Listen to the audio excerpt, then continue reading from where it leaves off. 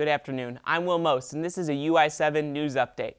Earlier this week, Donald Trump threatened to shut down the southern border. Now Trump is backing away from his plan due to the financial problems it could cause. CNN's Camilla Bernal has more. There are two worries here at the border. One being the possible closure of ports of entries like the one you see behind me. This is everyday life for a lot of people here in McAllen who come and go, and many are very afraid that if this does happen, that they'll be stuck on the wrong side of the border. The other aspect of all of this is just the amount of people coming from Central America. Both Border Patrol and local shelters saying they're surprised and overwhelmed by the amount of people coming. Leslie Alvarez spent less than 2 days in detention, but those were the worst hours of her life. She says she was practically in a cage. She laid on the floor waiting to be put into a cold room. But despite being uncomfortable, getting into the United States was relatively quick for Alvarez.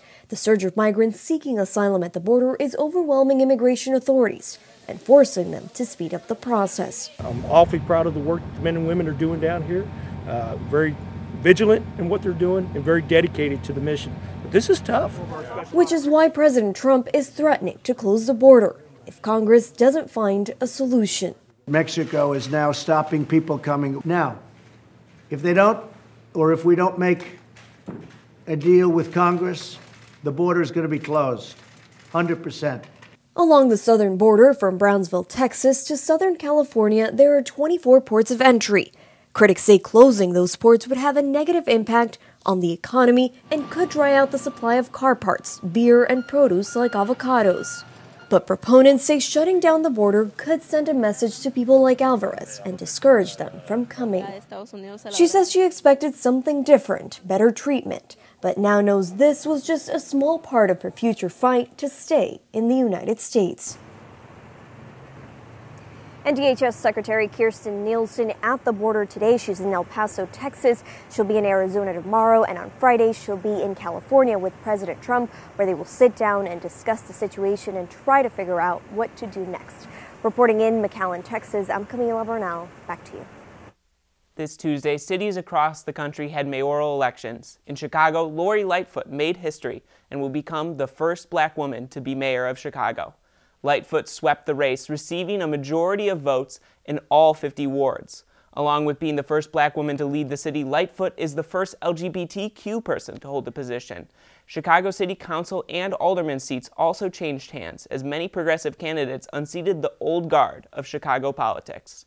Incumbent Champaign Mayor Deborah Finan won Tuesday in an election as lopsided as Chicago's, receiving 84% of the votes. Incumbents Tom Bruno, William Kiles, and Matthew Gladney also won back their Champaign City Council seats.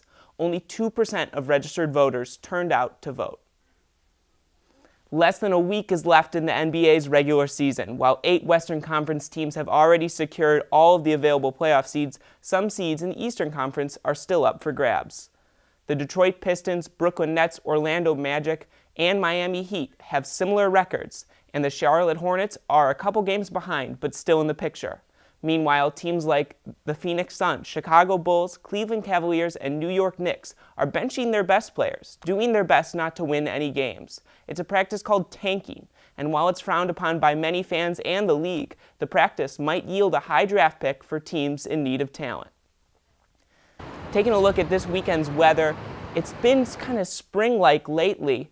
But as we're looking out today, it's a little gloomy. It's overcast. There's a chance of rain as the day goes on. Right around 4 or 5, we're getting about a 70% chance of rain. It's 59, low of 49. But as we look into the weekend, it's getting warmer and nicer. 64, low of 48.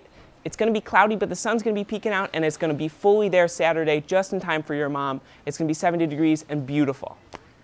That's it for now. Follow us at UI7 News on Twitter, Facebook, and subscribe to our YouTube page to stay up to date on the latest. I'll be back on the air at 3:30 to bring you more. Next, tune in to Isabella Perez as she gives you the latest at 2:30.